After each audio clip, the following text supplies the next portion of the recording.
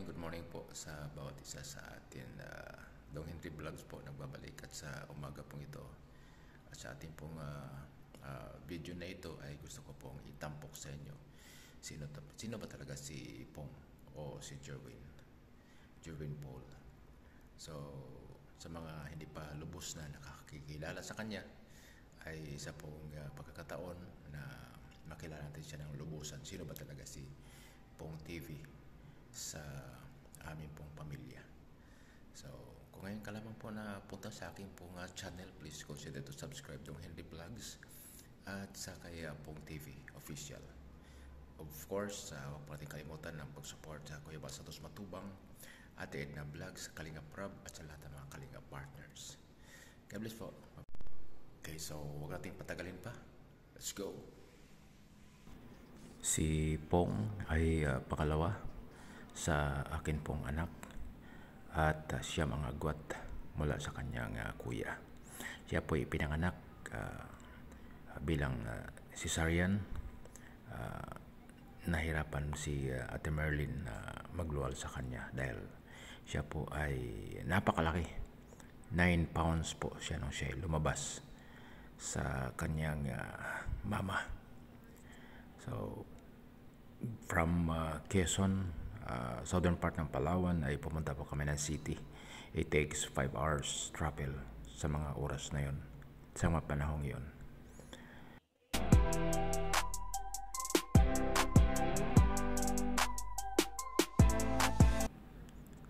Siya ay nag-aaral ng grade 1 sa Bindoyan Elementary School, Puerto Princesa City, Palawan.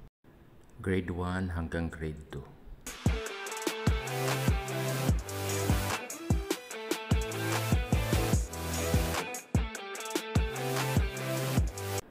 At ako po ay nalipat dito po sa Camarines Norte bilang femme showing evangelist at bilang pastor sa isang maliit na simbahan.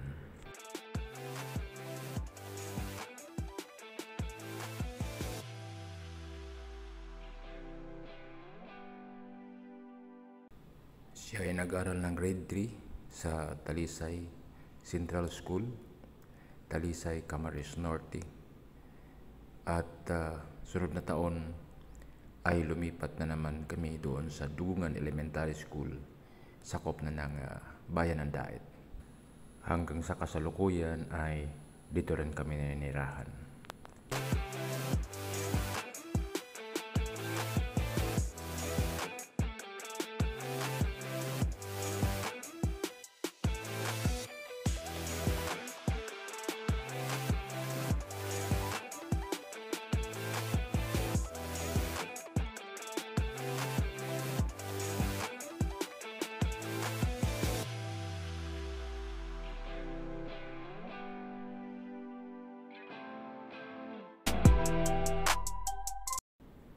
Siya po ay naging honor student mula nang siya lumipat at nakakatanggap siya ng pinakamataas na parangal sa kanilang klase.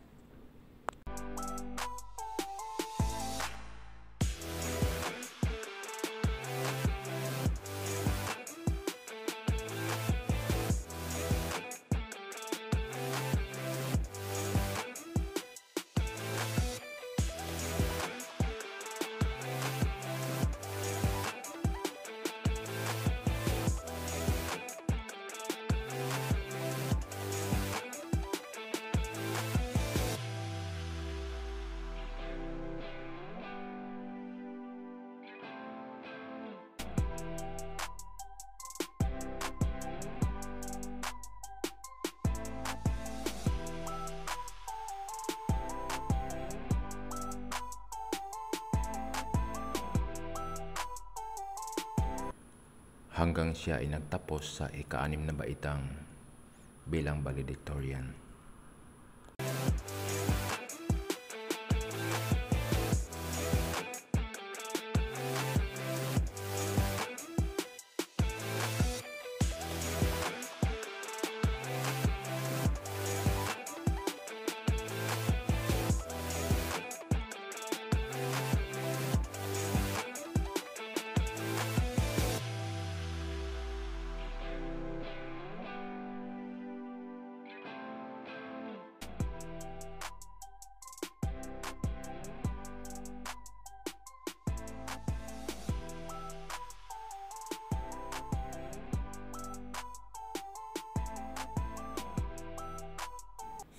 2022 ay nabalik kami sa Palawan at sa panahon ito ay kasama namin sila si Kuya Bal, Ate Edna, si Pau, si Kakay dahil sa ikakasal ang aming panganay na anak.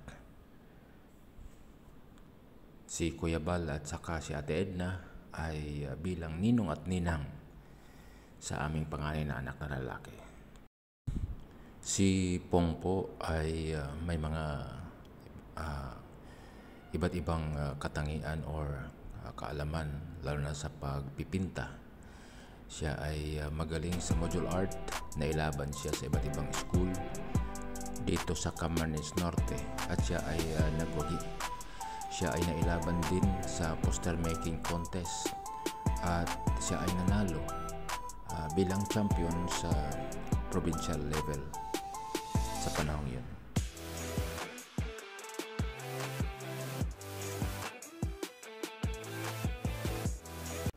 Si Pong TV ay kagaya ng kanyang kuya, magaling din sa pagpo-portrait.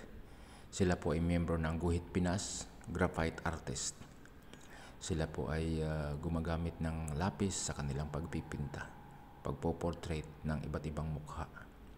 So gaya ng kanyang kuya, namanan niya ang pagpipinta, pagpo-portrait ng iba't ibang mga larawan, lalo na sa cartooning at poster making.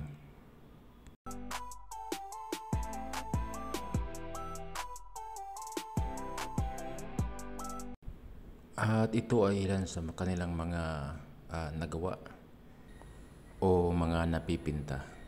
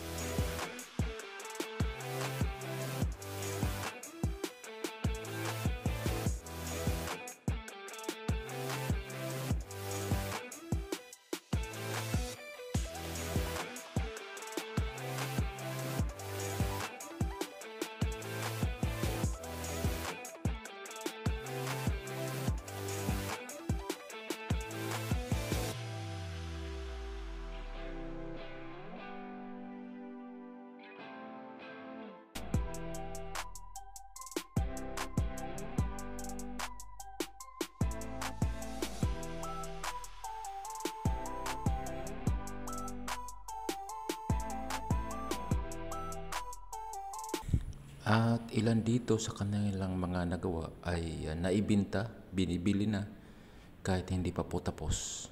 At ito po ay napagkakakitaan na rin nila.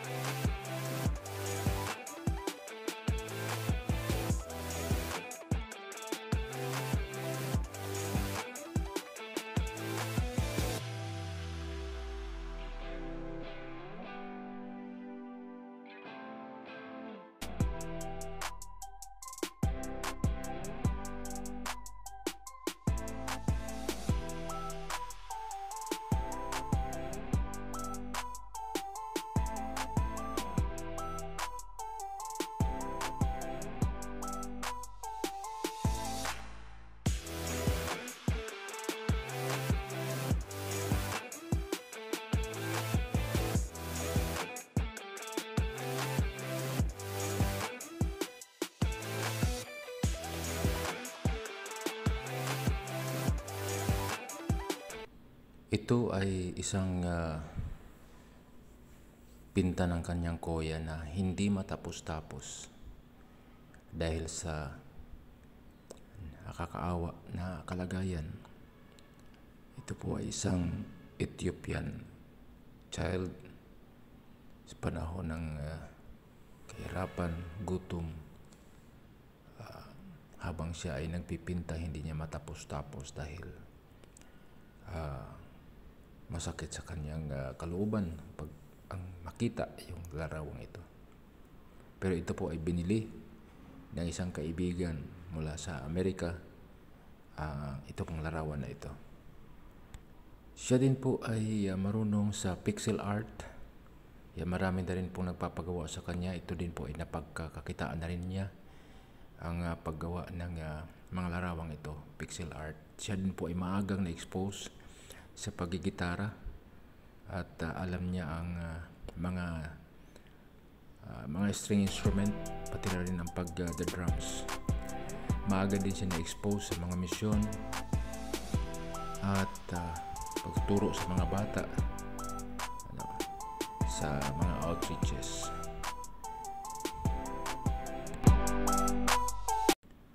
Noong 2018 po ay sinama ko siya sa isang misyon bilang isang interpreter o translator,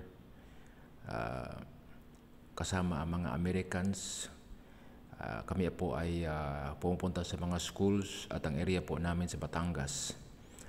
At ang area pong napunta namin sa Batangas ay ang Lubo, Kalaka at Balayan. Yun po yung mga area namin, napasok namin.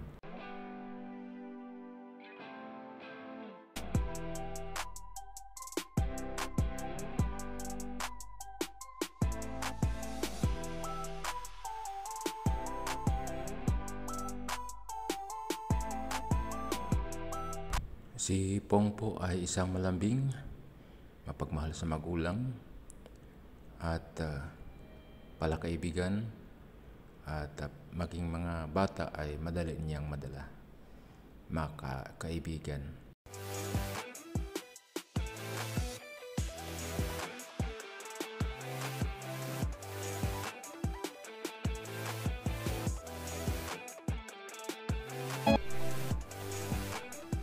So yun po, kahit paano ay sa maikling video ay magkaroon tayo ng idea kung sino ba talaga si Pong.